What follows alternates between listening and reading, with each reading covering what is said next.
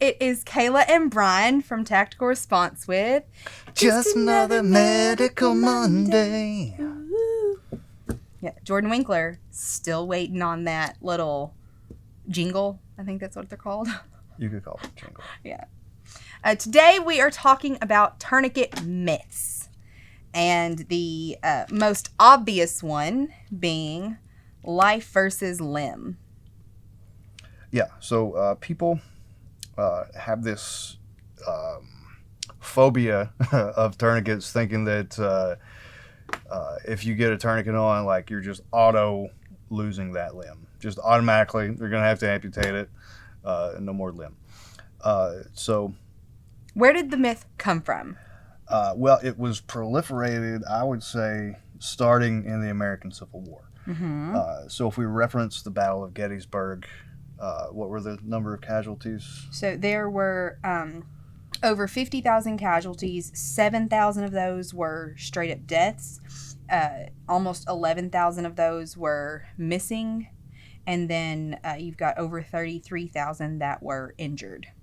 Okay, so we're treating on or around this battlefield 30,000 plus casualties. Mm-hmm. So you have every doctor, surgeon, barber, butcher, veterinarian, nurse, medic, anybody who knows and it's anything. Still probably only totaled up to about 1,000 what would have been considered healthcare professionals. So that is still do the math for me, Brian. Like, how many patients, if you had 1,000, how many patients would they all have to... Yeah, 30 to 1. Yeah, 30 to 1. Ratio. Yeah. So the immediate action was an injury to a limb. And we're talking like horrific injuries. Mini balls, cannonballs. Mm-hmm. Muskets, all that. Yeah. Lead and powder, and it's gross. So the immediate action was put a tourniquet on to stop the bleeding, because it did. Yeah. Oh, yeah. Super. Tourniquets are actually great at stopping bleeding. No. But what would happen? Well, they would live, for Mm-hmm. one. So eventually, the doctor or whoever would make it around to the patient, and they've been wearing this tourniquet, laying in this nasty bed in this tent for days, before the doc gets to them.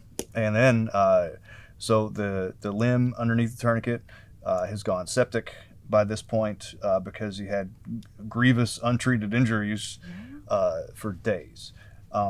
So the tourniquet saved the patient's life, but now the only choice is you can amputate or die, basically, because they didn't have the technology or the...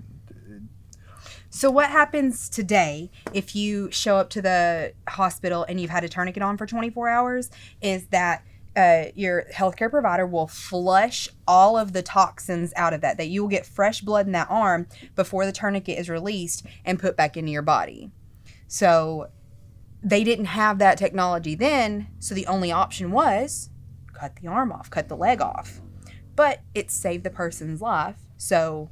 like life over limb, not versus, it's life over limb, and not something that you have to worry about in today's time from just the tourniquet alone. Now, if your injuries are severe enough, they may eventually have to, but it's not from damage caused by the tourniquet, it's from damage caused by the initial injury. How long can you leave a tourniquet on without any damage occurring? 4 hours.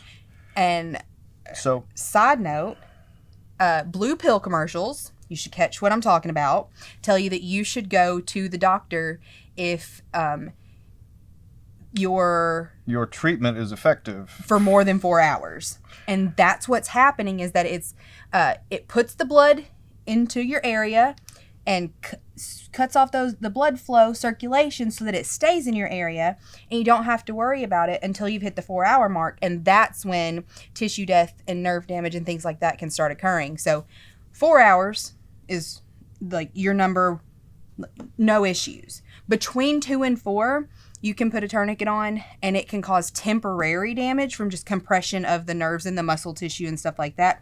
But it goes away. Like, you put a tourniquet on, and your hand went numb for a couple of days, and then it come back after I gave you some therapy exercises, like, hey, do these things. Yeah, and but I also yeehawed that tourniquet and put it on 125% of its ability. Like you do. Like you do.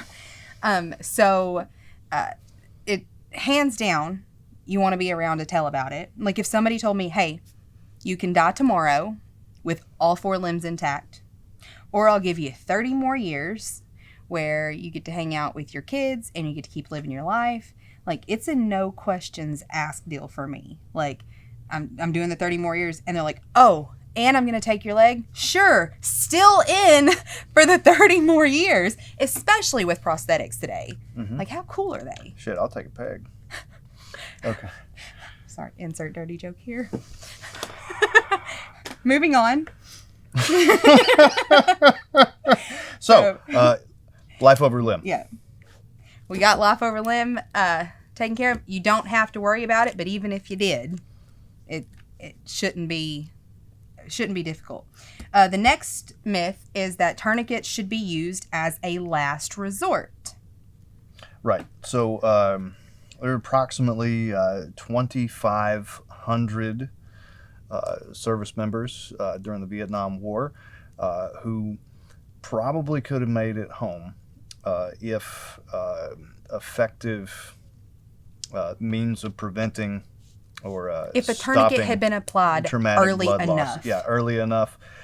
So they waited until the last minute or just straight didn't apply them. So how long should you wait for your last resort?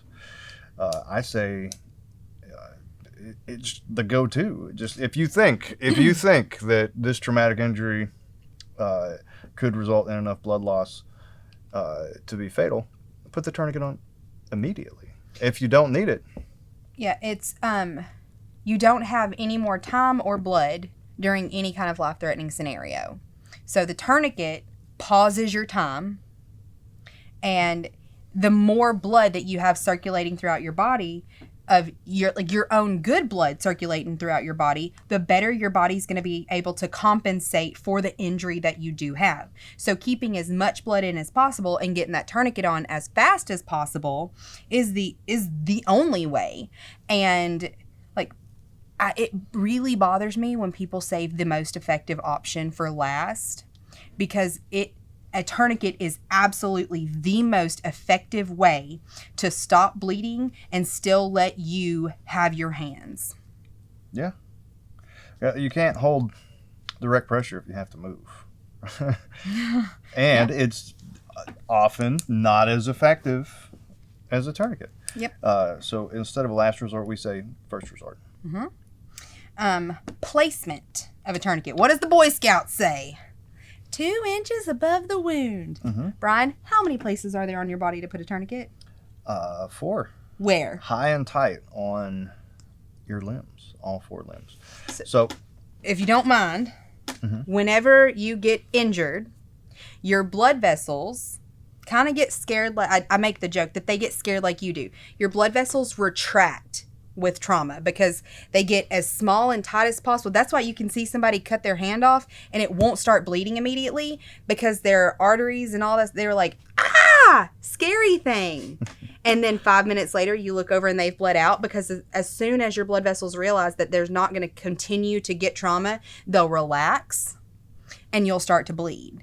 So you're worried about making sure that you have put it above how far internally that your blood vessels have retracted, and where there's an entry wound, there's an exit wound. There's often an exit wound, right? And it might not be one that you see. Like, you could have your entry here, and then it's like go up through your arm, sever your brachial artery up in here, and you don't know it because it didn't make it through the skin on the other side.